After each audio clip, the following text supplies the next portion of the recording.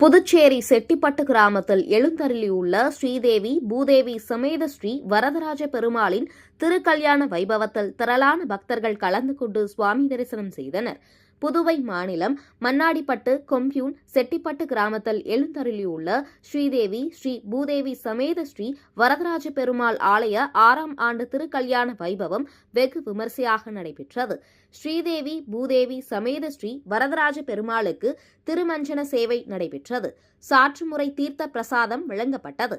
தொடர்ந்து சுவாமி ஸ்ரீ வரதராஜ பெருமாள் 20 வகையான காய்கறிகள், பழங்கள் மற்றும் இனிப்பு கார வகைகள் அடங்கிய சீர்வரிசையுடன் மாப்பிள்ளை அழைப்பும் ஸ்ரீ வரதராஜ பெருமாள் சர்வபூஷண அலங்காரத்தோடு ஒய்யாளி சேவையுடன் திருக்கல்யாண உற்சவம் நடைபெற்றது. இதில் புதுச்சேரி உள்துறை அமைச்சர் நமச்சிவாயம் உள்ளிட்ட ஏராளமான பக்தர்கள் மற்றும் பொதுமக்கள் கலந்து கொண்டு சுவாமி தரிசனம் செய்தனர்.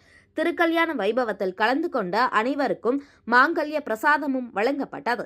இதனைத் தொடர்ந்து ஸ்ரீ பகவத் ராமானுஜர் பஜனை குழுவுடன் மின்விளக்கு அலங்காரத்தோடு சுவாமி வீதி உலாவும் நடைபெற்றது.